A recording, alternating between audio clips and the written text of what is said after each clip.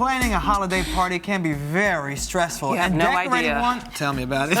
And decorating one can be even more difficult. Well, here to help us put together a fabulous soiree without breaking a sweat is celebrity event planner Yaz Quiles. Hi. Hey. Thank you for having me. I'm so excited to be here. Gorgeous. Amazing. Thank you so much. Wow. My goodness. Holiday entertaining can be very challenging, I should say. It is challenging. And so what I want to do today basically is give you some tips on how to make it easy, a little bit stress-free. Yes, please. Now, you've worked with everyone from Robin Thicke to Ludacris. How do you go about planning events for these big celebrities without losing your mind? Well, it can be challenging. I mean, for me, what I like to do is think about who my client is. And there's a big difference between a bride and a rapper. That's true. The main thing is that they want to be happy. You know, so for me, it's about figuring out what success means to them. And for rappers, it's usually making sure that they always sound good, they look good, and they have that press coverage. For brides, likewise, they want to look good, but they also want it to be stress-free in a different way. They just want it to be flawless. And they want good lighting. Absolutely. We have to have good lighting. Good lighting. Absolutely. Do you think that the celebrities are usually more demanding than just a regular client? You know what? I think with celebrities, they come with expectations. So up front, you have usually like rosters or some type of listing. They have management. They kind of go in and they tell you exactly what they want. With brides, typically that's a conversation that you have to have, and a lot of times they don't tell you about the emotional standpoint. Of course. You know, so a lot of times you have to kind of go in and say, okay, this is like a one-time thing for these, brides and these mothers and these families that are going through this. With celebrities, they're accustomed to doing it, so it's for me, it's easier to deal with a celebrity because they already know what they want and need.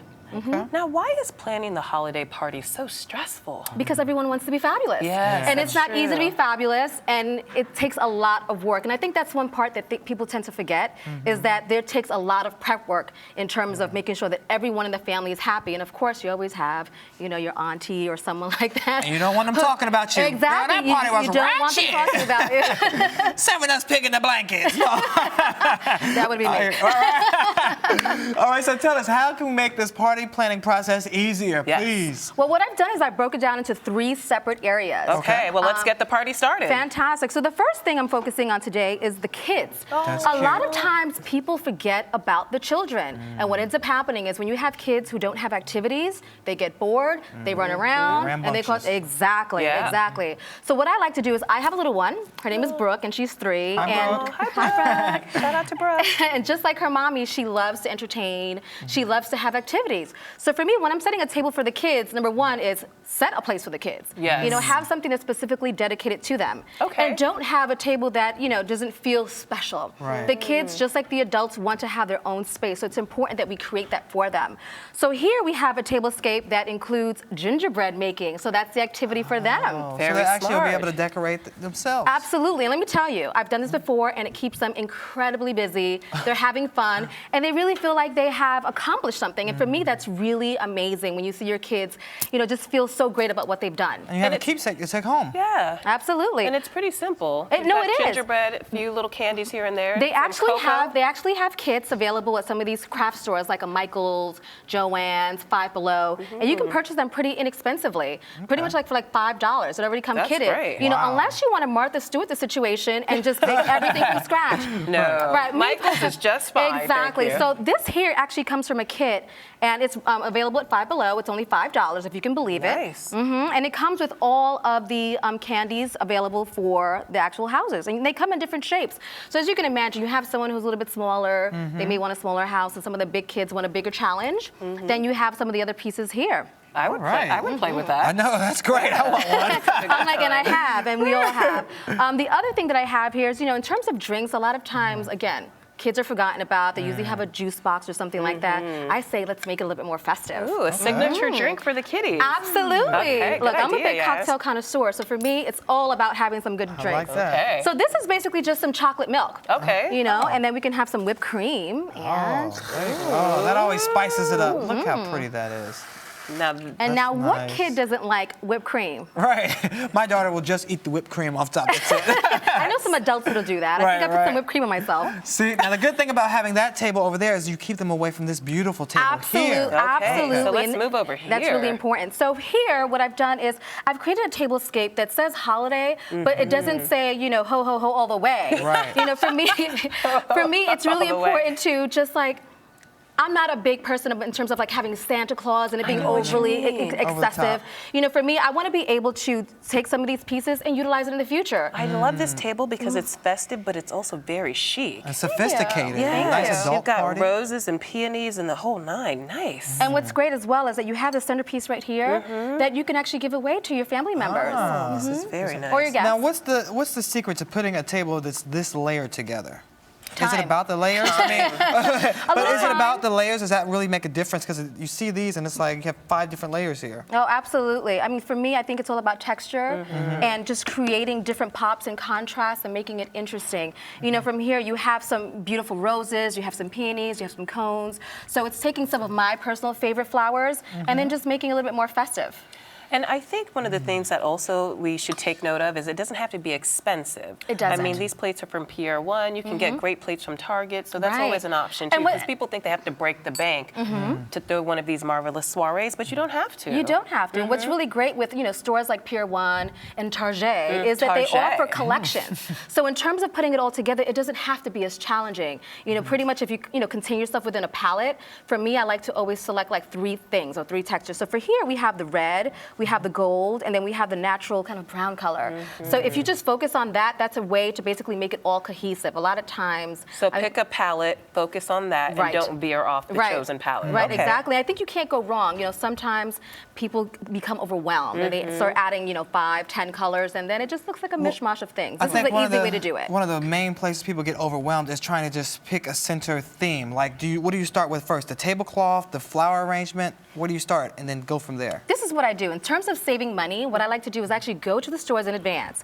see what they have available. For me, my favorite color may be purple, but purple may not be in, and it may be challenging to find stuff. Right. See what they have, and then work with it. Perfect. Okay? Likewise, with your space, that's another key thing to do as well. If your house is red and suddenly you want to have a pink Christmas, it may not mesh so well. Right. No, but it happens all the time That's because true. people want to have a certain theme. And the thing is, you can change out those colors. You know, so for instance, if you like polka dots, or if you like stripes, or damask, or whatever it may be, it's like if you stick within the colors that are in your space, you're already saving money because you're working within your environment. And you're working smarter, Absolutely. not harder. Okay, that's a very Absolutely. good point. Now, how important are fresh flowers on an arrangement? I personally love real flowers. However, I'm not anti-faux flowers. Yeah, because I'm thinking they're going to die. I can use them again next year if they're fake. And you know what? I do have a collection of faux flowers as well, or silk flowers. And what I tend to do sometimes is I will take real flowers and I'll mix them in with some of the other ones. Because a lot of times, let's say for instance, if I have a very small budget, I will take some of the larger pieces that are silk that I can get, you know, very inexpensively and just mix them up. A lot of times you can't even Genius. tell. But if money is no object, go with fresh flowers. All Absolutely. right. I've also heard of candles as a centerpiece because they just smell great and they just look, they bring a nice natural light to the Well, room. I'm glad you mentioned that Okay. because that's one thing I usually say not to do. Really? Is have Why? scented candles because if you're thinking about it, you're eating, and part of the eating experience is, you know, smelling the aromas of the food. Gotcha. And so if you have something kind of like intermixing with it, then it just doesn't normally work out too well. So no scented No candles. scented candles. Okay, but Speaking- candles, just as long as they're not Right, scented. and you just have to be careful in terms of height. Okay. So for instance, if you have a candle, you should have at least, you know, 4 inches between the flame and the top. That way it's not burning anything. I've seen some fires out Okay. there. Well, we talked about the kids with their chocolate milk. What are we drinking for the adults? Well, we're gonna bring out we have 3 cocktails. So in terms of the bar, a lot of times people tend to go overboard. Okay. And they'll have a million cocktails. For me, we're doing a champagne bar. It like keeps that. it very simple. You have 3 I different like you, cocktails Yaz. here. And look how beautiful it is. Again, very Well, the aesthetic. first cocktail that we have is a rose champagne cocktail. Now, I understand you don't drink, Yeah, but but I I would will toast, recommend that though. you at least smell it. Okay. Yes, absolutely. You'll smell the rose in there. Wow. Cheers. Cheers. Darling. Really? So that's, Gives it and a all pop. these champagne so cocktails are pretty. very simple. Gorgeous. They're And very you put simple. a That's little just- rose petal in there to give it like a nice Right, kick. so all of these are very nice, simple. beautiful. Anyone can do these at home. Okay. The rose champagne cocktail literally just has some rose water and it's topped off with the champagne. Love it. The second cocktail we have is a cherry pomegranate champagne cocktail. This is so fun. The stuff floating in there. Absolutely. Those are actually little pomegranate seeds. This is like a party in a glass. Yes, check this out. Put I it up love here that. so everybody Okay, can I'll see try that. this. And these seem like very simple things to do, but it really adds a lot to the drink. Exactly. You like that? Ooh, yeah. Pack the punch. Woo. This one's a little festive. All right. Then the final cocktail we have, this is a peppermint chocolate raspberry wow. You wouldn't champagne know all of that cocktail. was in here. Well, there's actually a little stick of peppermint Check in there. that out. Can you see that? There's a real stick this of peppermint smells- in there. this I'm gonna smells smell that. And that's all for the chocolate lovers. So that's Godiva vodka in there. Wow, it really smells good, actually. I like that all of your things are that like hit all of the senses. You got the eyes, the touch, the smell. This is great for after dinner. This is a great Absolutely. dessert cocktail. Nice. Now that is a good point that we were just making. Do you think it is important to let your whole layout hit all the senses? Is that like a goal that Absolutely. you try to do? Because that's what you did today. One of my goals when I do events is basically to make it experiential to some degree, where you're creating different experiences. And I think part of that comes with the senses. So sight, sound, having a good playlist is always great. And I will tell you this, a lot of people tend to want a DJ. Honestly, with iTunes, iPods, Pandora, Spotify, there's no need. Create your playlist, let it play. Honestly, it shouldn't be about the music that you're playing, but the ambiance that you're creating. Very good point. Very good point. Wow. So last tip before we go, because we're almost out of time, what's the most important thing we should know when planning a party or keep in mind? I think keep in mind who your guests are. Very good point. Know who's coming and Absolutely. cater the party to them. Right. A lot of my friends tend to drink. And so for me, I like to make sure that I have lots of cocktails and making things pretty. But if you're having lots of kids over, again, a cocktail doesn't really matter. And if you're having mommies over, then it might be just about wine. Yeah. Keeping it more about the guests themselves. All right. Great well, my tips. dear, shall we? Great Oh, party. absolutely. I want to cheers as well. Cheers. Cheers. Cheers.